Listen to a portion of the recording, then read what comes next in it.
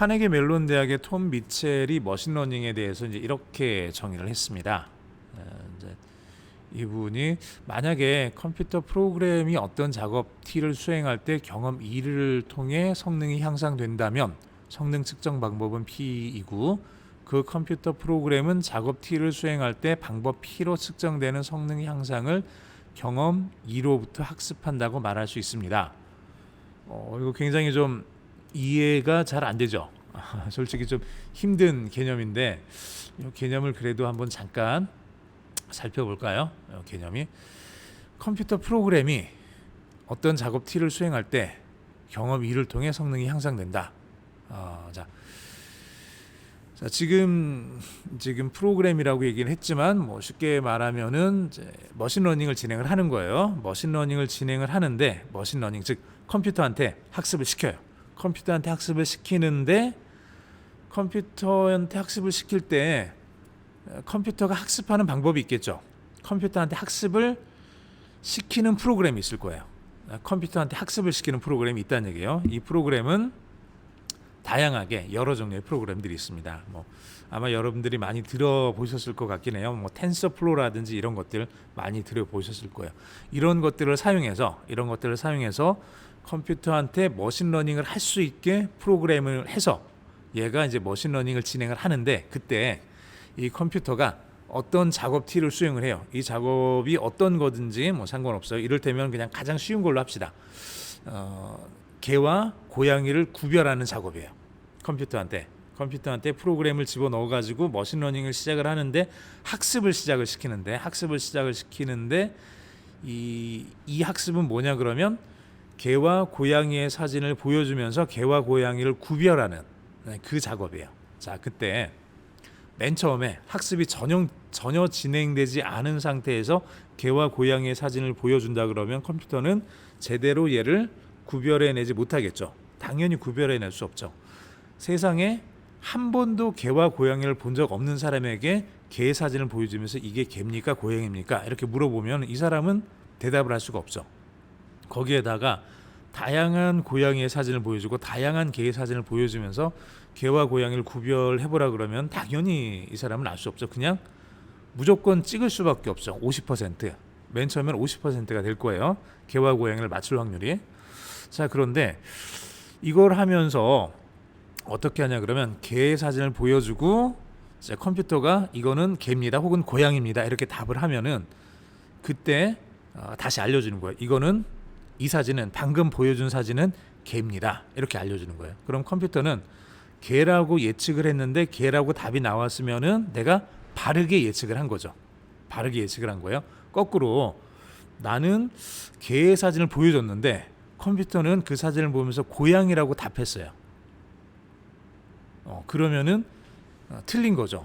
그런데 컴퓨터한테 이건 고양이가 아니라 개의 사진입니다 라고 알려줬어요. 그러면 컴퓨터는 자기가 잘못 판단했다는 것을 알고 그걸 고치겠죠. 이 작업을 수행을 하는 거예요. 그 작업을 쭉 수행하면서 한번 이렇게 사진을 100장을 가지고 있으면서 100장을 쭉 순서대로 보여주면서 이건 개고 이건 고양이고 이건 개고 이건 고양이고 이건 개고 고양이고 이걸 쭉 100장을 쭉 진행을 한 다음에 답을 하나하나 다시 알려주는 거죠. 그리고 난 다음에 다시 진행을 해요. 그때는 이제 100장으로 끝난 다음에 이제 새로운 개의 사진 혹은 고양이의 사진을 보여주면서 컴퓨터한테 물어보면 이제 어떻게 될까요?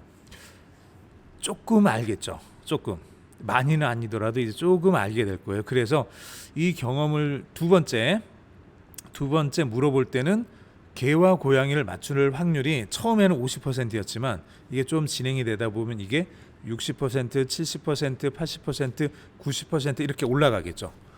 경험을 통해서 성능이 향상된다면 그때 성능 측정 방법은 새로운 개와 고양이의 사진을 보여주면서 얘를 맞췄는지 맞추지 못했는지 이렇게 측정을 하는 거예요.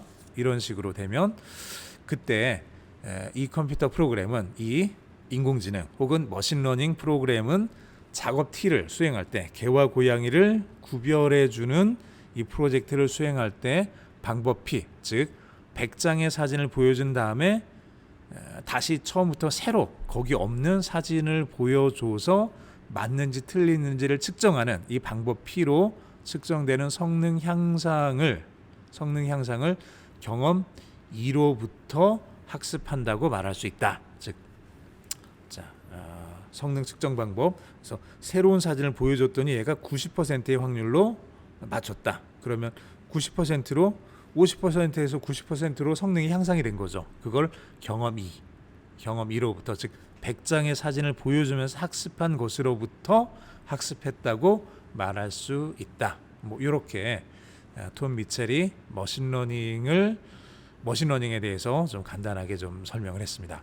이 말 자체가 아직 그렇게 쉽게 이해되지는 않을 건데 앞으로 쭉 진행을 하다 보면 아마 이제 이해하실 수 있을 겁니다. 자, 머신러닝의 개념. 그래서 이 머신러닝이 뭐냐? 좀 잠깐 보면은요. 방금 개와 고양이 판별 프로그램에 대해서 얘기를 했죠. 만약 머신러닝 방식으로 개와 고양이의 판별 프로그램을 개발한다면 판별의 정확도를 높이기 위해서 프로그램에 이제 수많은 개와 고양이의 사진을 넣고 그걸 입력하고 그 결과를 보여주면서 훈련을 시키겠다는 얘기예요. 그래서 톰 미첼의 정의로 해석을 해보면 T는 고양이를 판단하기가 되는 거고 그냥 개와 고양이인데 그냥 고양이 판단하기로 해보겠습니다. 고양이 판단하기. P는 고양이 판별의 정확도. 개와 고양이 사진을 주면서 얘가 고양이인지를 판별하는 거예요. 이제 고양이 판별의 정확도. E는 고양이 사진을 입력하는 거.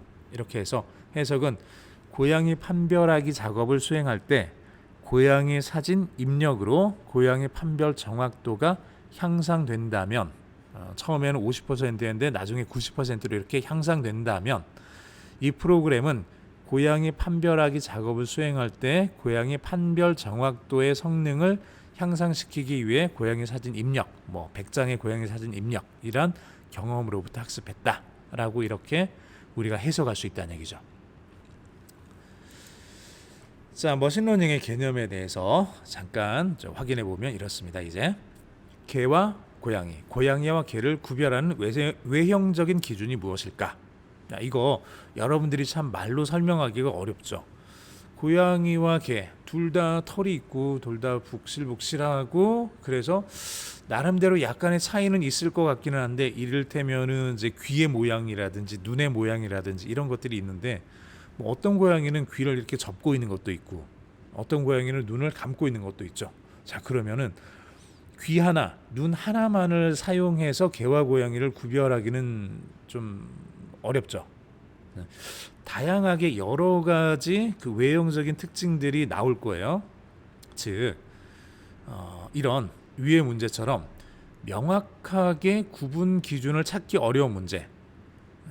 틀림없이 구분이 되기는 하는데 여러분들은 웬만해서는 개와 고양이를 구분할 수 있잖아요. 딱 사진을 봤을 때 이건 고양이다, 이건 개다 이렇게 구별이 되는데 왜 이건 개고 왜 이건 고양이냐라고 물었을 때 명확하게 딱 구별하기가 좀 쉽진 않아요. 즉 정확한 외형적 기준을 이를테면 3개나 5개로 딱 구분지어서 말한다는 건 쉽진 않죠. 뭔가 우리가 경험하면서 그 속에서 쌓여왔던 많은 그 기준들이 우리 머릿속에 이제 있는 거고 두뇌 속에 그래서 뇌 속에서 우리 눈을 통해서 들어온 시각 정보가 뇌 속에 들어가면서 굉장히 많은 정보들이 조합돼서 얘는 고양이다 얘는 개다 이걸 알 수가 있는데 이걸 설명하기는 좀 쉽지 않다는 얘기예요. 자, 두 번째, 내가 좋아하는 음악의 기준은 무엇일까? 내가 좋아하는 영화의 기준은 무엇인가? 사탕, 사랑 이 두 개의 발음을 구별하는 기준은 무엇일까? 이런 그 명확한 구분 기준을 찾기가 좀 애매한 문제, 조금 어려운 문제 이런 부분들에 머신러닝을 사용하는 것이 좀 좋습니다. 이를테면 너무 단순한 문제들은 머신러닝을 사용할 필요는 없어요. 단순하다기보다는 특징이 정확한 문제들 이를테면은 동그라미와 사각형을 구별하는 문제 이거는 각을 재면 되죠. 각을 재면 된다는 얘기예요. 그래서 이렇게 너무나도 분명하게 특징들이 드러나는 이런 문제들은 굳이 머신러닝을 사용할 필요는 없죠. 이런 문제들은 그냥 간단한 알고리즘을 사용해서 우리가 충분히 이제 풀어낼 수 있는 것들이고요. 머신러닝을 사용하기에 좋은 그런 것들은 어떤 거냐 그러면 방금 여기 보이는 것처럼 틀림없이 구별이 되기는 되는데 안 되는 건 아니고 틀림없이 어떤 기준이 있기는 있는데 이 기준을 설명하기가 조금 어려울 때 혹은 이 기준에 맞는 특징들이 너무 많아서 우리가 좀 축약하기가 어려울 때 이런 것들을 이제 머신러닝이라는 이 개념을 사용해서 문제를 풀게 되면은 조금 쉽게 우리가 접근할 수 있게 됩니다. 머신러닝 구현 과정에 대한 설명을 한번 드려보겠습니다. 머신러닝 구현 과정. 자, 여기를 보시면요. 우선 머신러닝에 대한 아주 기본적인 거를 한번 만들어 보긴 할 건데요. 이제 만든다기보다는 어떤 식으로 구성이 되는지를 좀 설명을 할 건데 우선 모델의 생성 과정부터 한번 보겠습니다. 자, 머신러닝으로 문제를 해결하기 위해서는 문제 해결에 적합한 머신러닝 모델을 생성을 해야 됩니다. 즉, 문제 해결에 적합한 머신러닝 모델. 자, 문제가 뭔지를 먼저 알아야 된다는 얘기예요. 문제가 뭔지를 알아야 되고 그 문제가 뭔지를 알아야만 이 문제를 해결할 수 있는 모델을 우리가 가정할 수 있는 거죠. 문제 속에 있는 데이터를 잘 설명할 수 있는 문제가 뭔지를 파악하고 그 속에 있는 데이터들을 설명할 수 있는 모델을 가정해야 돼요. 그리고 이 모델을 사용해서 머신러닝 모델을 만들어야 되는데 우선은 이제 모델로부터 학습 데이터에 최적화된 구체적인 함수를 찾아내야 됩니다. 이것을 우리가 학습이라고 얘기를 하고요. 이렇게 학습된 함수, 학습된 뭐 엔진, 뭐 어떻게 이제 불러도 상관없습니다. 함수, 엔진 뭐 상관없습니다. 이것을 실제 문제에 적용하면 됩니다. 자, 우선 문제를 파악해라. 첫 번째 문제를 파악해야 되는 거고 문제를 파악하면서 원인과 결과, 즉 문제와 답, 문제와 답을 잘 설명할 수 있는 모델을 먼저 가정을 하고요. 그 다음에 이 모델을 최적화해서 이제 드러낼 수 있는, 구현할 수 있는 어떤 함수를 찾아내야 되는데, 자, 함수를 가정을 하면서 이 함수를 구성하는 여러 가지 요인들, 요소들 혹은 변수들 이런 것들을 우리가 이제 구체적으로 찾아내야 된다는 얘기예요. 그래서 제가 종종 그 신경망 쪽 얘기를 하면서 비행기에 있는 계기판 예를 종종 드는데 이제 무슨 말이냐 그러면 여러분들이 이제 가끔 영화라든지 드라마나 이런 거 보면은 이제 그 비행기를 조종하는 이제 파일럿들이 앉아 있는 그 자리가 이렇게 나오죠. 그런데 거기 보면은 자동차 운전하는 것과는 이제 차원이 다르게 굉장히 많은 그 조작해야 될 스위치, 뭐 운전해야 될 뭐 핸들이나 이런 것들이 되게 많습니다. 그렇죠. 머리 위에서부터 발끝까지 굉장히 여러 개의 스위치들이 있고 이런 것들을 적당히 조절해 가면서 비행기가 적절한 위치로 갈 수 있게, 그리고 이제 뭐 고도를 낮춘다거나 이제 높인다거나 어떤 방향타를 조정한다거나 뭐 엔진의 양을 조절한다거나 어떤 이런 것들을 하나씩 다 조절해야 되는 거죠. 최적의 값을 찾아내야 된다는 얘기예요. 파일럿이 해야 될 일은. 자, 이것들을 잘 다뤄야 되는데 어쩌면은 인공지능 혹은 머신러닝이라고 말하는 이 함수 역시도 그것과 좀 비슷합니다. 즉 여러분들이 비행기에 앉아 있는 거예요. 조종석에 앉아 있는데 거기서 해야 될 일은 뭐냐 그러면 우리가 구체적인 모델을 찾았어요. 머신러닝 모델을 가정하고 이것까지 찾았는데 찾은 걸로 끝나는 게 아니라 찾았으면은 얘는 지금 우리가 지금 비행기를 잘 만들었고 비행기 조종석에 앉아 있는 거예요. 비행기를 잘 만들었고 비행기 조종석에 앉아 있다고 해서 얘가 바르게 이제 서울에서 떠가지고 미국의 로스앤젤레스에 앉을 수 있는 확률은 거의 제로죠. 여러분들이 앉아 있다 그러면. 왜냐하면 여러분들은 비행기를 제대로 조종할 수 없기 때문에. 예, 그렇죠. 저 역시도 거기 앉아 있으면 비행기를 제대로 조종할 수 없기 때문에 이제 공항에서 뜨는 것조차 못하게 될 거예요. 자, 그러면 제대로 뜨고 제대로 날고 제대로 착륙하기 위해서는 뭘 해야 되냐 그러면 거기에 있는 굉장히 많은 수의 조종석에 있는 그 스위치들을 조절해야 된다는 얘기예요. 끌 건 꺼야 되고 켤 건 켜야 되고 적당한 위치로 어떤 값들을 맞춰야 되는 거죠. 즉 모델을 우리가 가정하고 모델을 만들었으면 이 모델에 구체적인 값을 집어넣어줘야 돼요. 스위치를 넣어줘야 돼요. 즉 100개의 스위치가 있으면 100개의 스위치를 각각 어떤 거는 0.1에 맞춰야 될 거고 어떤 건 0.5에 맞춰야 될 거고 어떤 건 0.17에 맞춰야 될 거고 이런 식으로 100개의 스위치들을 적당하게 잘 맞춰야지 얘가 활주로 해서 뜰 수 있고 제대로 날 수 있고 또 도착할 때는 적당한 값을 맞춰줘야지 얘가 정상적으로 도착을 할 수가 있는 거죠. 자, 이렇게 구체적인 함수를 찾아내어 가는 과정을 학습이라고 합니다. 이 학습 이거를 우리가 굉장히 여러 번 해야 된다는 얘기예요. 굉장히 여러 번 진행하면서 학습이 진행이 된다는 얘기예요. 그리고 이렇게 학습이 완성이 되면 이제 이렇게 완성되어 있는 값을 우리가 어떤 하나의 이제 완성된 모델로 이제 둘 수 있는 거죠. 이렇게 완성된 모델을 사용해서 실제 문제를 거기다가 이제 적용시키면 됩니다. 자, 이렇게 이제 머신러닝 모델의 이제 생성 과정을 우리가 조금 볼 수 있고요. 자, 간단하게 이렇게 한번 봅시다. 시험 공부 시간, 내가 1시간 공부했는지 2시간 공부했는지 10시간 공부했는지 이 시험 공부 시간으로 시험 성적을 예상할 수 있을까? 이제 중간고사를 준비를 한다, 혹은 기말고사를 준비를 한다, 혹은 어떤 공무원 시험 준비를 한다, 뭐 이런 준비를 했을 때 내가 시험 공부를 몇 시간 했을 때 성적이 어느 정도 오를 것인지 이거를 이제 가정을 하는 거죠. 가정을 하는데 우선 이렇게 가정을 해보겠습니다. 직선 모델로 가정을 해보는 거죠. 내가 1시간 공부를 했을 때, 2시간 공부를 했을 때, 3시간 공부를 했을 때 1시간 공부했을 때보다 성적은 2배 오를 거다. 2시간 공부했을 때보다 3시간 공부하면은 즉 2분의 3배 오를 거다. 1시간보다 3시간 하면은 3배로 오를 거다. 이렇게 이제 가정을 해보자는 거죠. 단순히 그것만은 아니죠. 직선 모델은 기울기도 있고 편차도 있죠. 편차도 있어서 이를테면은 이제 직선 모델은 이제 y = ax 플러스 b 이렇게 이제 나타낼 수 있는 거죠.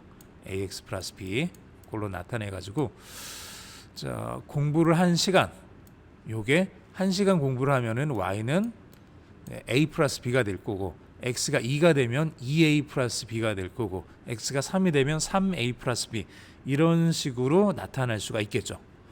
저런 식으로 나타날 거라고 가정을 해보자는 얘기예요. 이렇게 가정을 해보자. 그래서 이렇게 가정을 했는데 문제는 내가 1시간 공부한 이제 친구들을 보는 거예요. 1시간 공부한 학생이 몇 점이 나왔는지, 2시간 공부한 학생이 몇 점이 나왔는지, 3시간 공부한 학생, 4시간 공부한 학생, 5시간 공부한 학생, 6시간 공부한 학생들 이렇게 봤더니 이쪽은 시간이고 이쪽은 성적이라고 하면 이렇게 이제 점으로 6개에 나왔어요. 자, 우리가 뭐라고 가정을 했냐 그러면 직선 모델을 가질 것이다. 이렇게 가정을 한 거죠. 그래서 이런 직선일까? 이런 직선일까? 이런 직선일까? 잘 모르겠죠. 자, 어떤 직선이 공부 시간과 여기 공부 시간 t하고 그리고 성적을 이제 k라고 할까요? k하고 요 관계를 잘 나타낼까? 이 직선인지 잘 모르겠죠. 혹은 요 세 개도 아니고 다른 어떤 걸 거예요.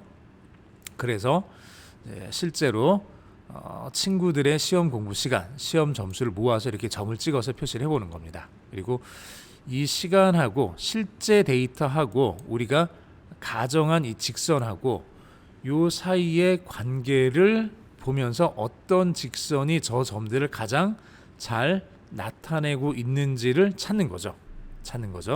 그렇게 해서 이제 만들어지면 이를테면은 이제 최종적으로 만들어진 게 요런 직선이라고 합시다. 요런 직선이 만들어졌어요. 왜 이렇게 만들어졌는지는 조금 나중에 보도록 하고요. 얘를 사용해서 이제 우리는 이제 생각을 하는 거죠. 자, 그러면 내가 3시간 공부했을 때 혹은 5시간 공부했을 때 성적이 얼마가 나올까? 요걸 이제 예측할 수 있다는 거죠. 3시간 공부했을 때, 5시간 공부했을 때는 요 정도의 성적이 나오겠구나. 것이다라는 걸 우리가 이제 짐작할 수 있다는 얘기예요. 예측할 수.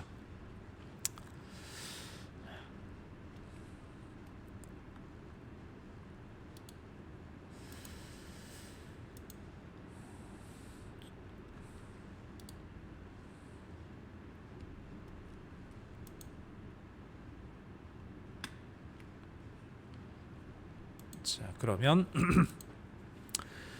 여기서 시간과 성적이 비례한다고 우리가 가정을 했으니까 성적은 A 곱하기 시간 더하기 B 이꼴로 나타내 주는 거고요. 여기서 이제 친구들의 데이터를 모으는 거죠. 그래서 1시간 했더니 50점, 1시간 반 했더니 60점, 1시간 15분 한 친구는 60점 받았고 2시간 한 친구는 75점, 2시간 반 한 친구, 3시간 반, 4시간 한 친구 이렇게 8명의 데이터를 모아서 점을 찍어보면 이제 이렇게 8개 점이 찍힌다는 얘기죠. 얘를 사용해서 우리가 나름대로 선을 그려보고 그러면서 이 속에서 이제 뭔가 이제 데이터를 찾아보는 거죠. 어떤 직선이 가장 적절한가 이걸 이제 찾아봐야 된다는 얘기죠. 자, 똑같이 이번에는 키를 가지고 몸무게를 추측하는 작업을 또 머신러닝으로 한번 구현을 해보겠습니다. 일반적으로 키가 큰 사람이 몸무게도 더 클 것이라고 가정을 해보겠습니다. 그리고 여기서 가정을 하면서 키가 커지는 것하고 몸무게가 늘어나는 것이 직선의 식으로 나타날 것이다 라고 우리가 가정을 해보겠다는 거죠. 요 가정을 해보겠다는 얘기예요. 자, 그래서 이게 지금 가정인 거예요.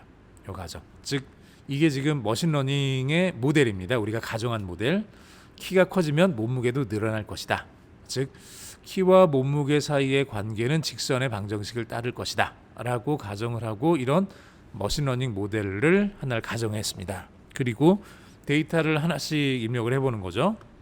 민성이는 키가 100이고 몸무게가 30kg, 다인이는 키가 120이고 몸무게가 40, 유니아는 130, 45kg, 최서연 160에 60kg, 문진성 190에 75kg.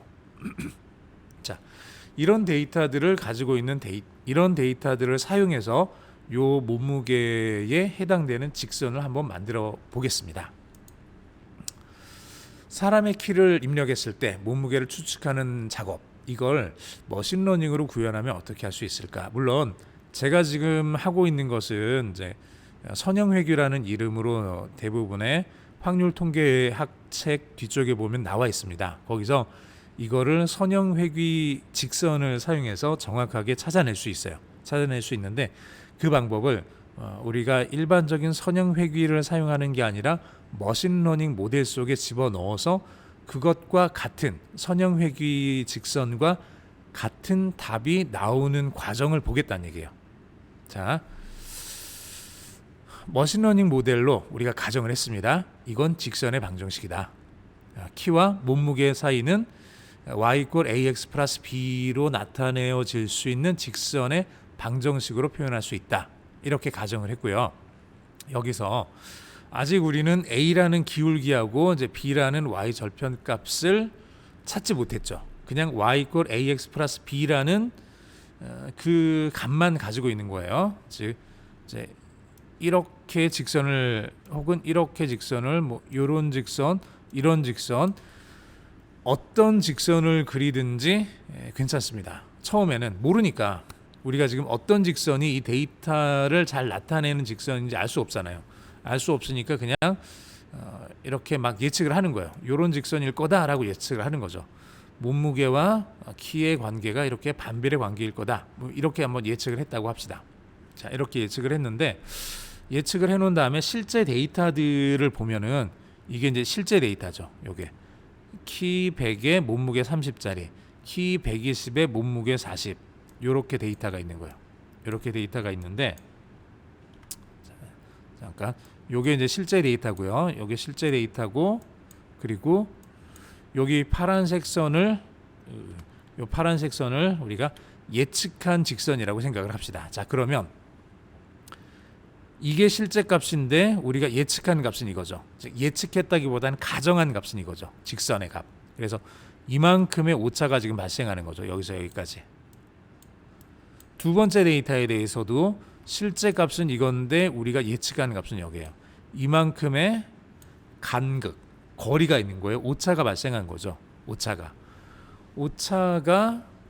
이렇게 모든 데이터에 대해서 이제 발생을 했습니다. 이렇게 데이터 이렇게 발생을 했어요. 이만큼의 오차들이 발생을 했어요. 자, 오차가 발생을 해서 직선을 하나를 더 그려봤어요. 자, 그 다음에 우리가 어떻게 직선을 그렸냐? 그럼 이렇게 그려봅시다. 여기서 약간 위로 올라가게. 자, 이 부분은 같은데 위로 올라갔어요. 그러면 여기 오차는 비슷한데 위로 올라갈수록 오차들이 조금씩 줄어들겠죠. 처음 직선보다 두 번째 직선이 조금 더 오차가 작은 직선이죠. 자, 오차가 작은 직선을 우리가 찾는 거란 얘기예요. 우리가 필요한 거는 뭐냐 그러면 머신러닝을 한다. 컴퓨터에게 학습을 시킨다라는 얘기는 데이터를 계속 주면서 데이터에다가 컴퓨터는 요걸 가정을 한 거예요. 요 직선을 가정을 한 거고 이 직선하고 오차를 계산해 봤더니 아까 여기서 오차 계산했던 건 10이었는데 지금 계산한 오차는 뭐 9가 됐다. 그러면 오차가 줄어든 거죠. 그러면 아까 거보다 지금 게 조금 더 나은 거죠. 이거를 계속해서 좀 반복을 하겠다는 얘기예요. 자, 그럼 위로 올라가는 게 조금 더 나은가 보다. 그래서 조금 더 위로 이렇게 올려보는 거죠. 올려봤더니 여기 오차들이 이렇게 나와요. 이렇게 나온 걸 보면은 아까 것보다 더 줄어들었죠. 이렇게 해서 직선을 계속 바꿔가면서 직선을 계속 수정해가면서 오차들의 총량, 총합이 가장 작은 직선을 찾아가는 겁니다. 찾아가는 거죠. 그래서 어떻게 해도 이거보다 더 오차가 작은 직선을 구할 수 없다라는 판단이 들게 되면 그 직선은 이 데이터를 이제 키와 몸무게 사이의 관계를 나타내주는 이 직선이 가장 적합한 직선이다라고 우리가 이야기를 할 수 있게 되겠죠. 그렇게 만들어주는 이제 과정이 이제 필요하게 이제 되는 겁니다. 그렇게요.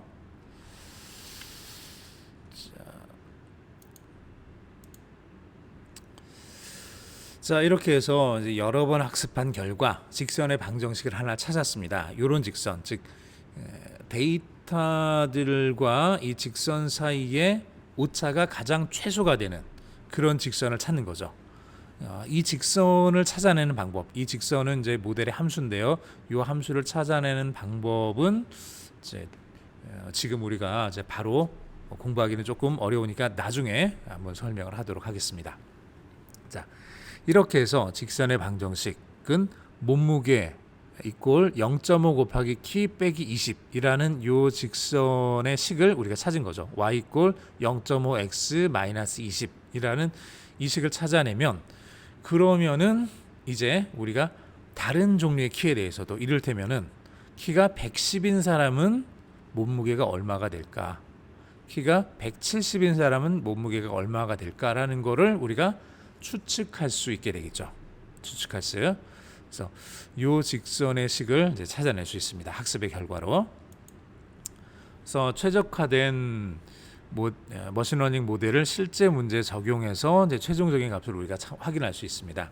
학습 데이터에는 없던 키 180cm를 이 직선의 식에 대입을 하게 되면은 이때 키가 180인 사람은 0.5 곱하기 180 마이너스 20 계산해서 70kg이 될 것이다라고 우리가 예측할 수 있다는 얘기예요.